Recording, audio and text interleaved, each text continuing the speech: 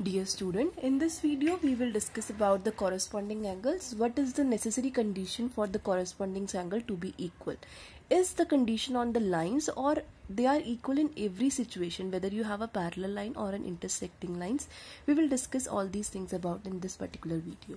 So if you observe, for this purpose I have drawn two situations. In the first situation I have taken the parallel lines, and in the second situation I have taken the intersecting lines. Suppose P and Q are the parallel lines and T is transversal, and in this case my L and M are the intersecting lines and R is the transversal.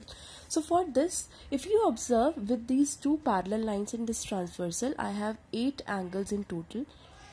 So I need to check in which situation, in the parallel lines or in the intersecting line, in which situation my corresponding angles are equal. So for that purpose I am using my protector. I have already marked the angles here. If you observe, A and E, angle A, D, angle A and angle E, angle D and angle H, angle B and angle F, and you can see that C and G, they all are forming the corresponding angles because they have the same position. So let us measure with the help of this protector. See, I have a protector. I just measure it. If you observe, this is exactly 60 degree. Angle A is 60 degree. Now let us check for angle E also. If you observe, angle E is also 60 degree. So in this case, both angle A and angle C are 60-60 each. Similarly, if I check for angle, suppose B, I am checking here. For the angle B, if you observe, this is exactly 120 degrees. And angle F also, this is also exactly 120 degrees. So angle B and angle F are also, they are forming a corresponding and they are equal here. Angle D and H also, if you observe, they are vertically opposite angles. So this should be 120 and this is also 120 because of vertically. So this is also 120 degree and 120 degree.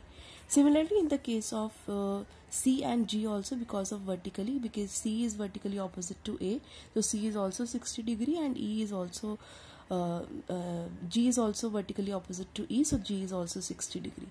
So in this situation, I observe my corresponding angles are equal when the lines are parallel. So what happens if the lines are not parallel? This is the situation when P is parallel to Q.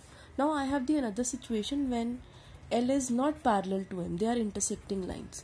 So what happened to the corresponding angle? Are they equal in this situation also? So let us check with the help of my protector. I just place my protector at this point. So if you observe, this is 130 degrees. Angle A is 130 degrees and angle E is 110. They both are obtuse but both have different measurement. We can check for the other angles also, angle B and angle F also. You can see from the figure also. Both are acute but they are not equal. If you observe, your angle B should be equals to your 50 degree. Angle B is 50 degree and your angle F, if you observe, that should be 70, I guess. Yes, it is 70. So what we observe, in the case of parallel line they are equal, but in the case of intersecting lines they are not equal. That means the corresponding angles are equal.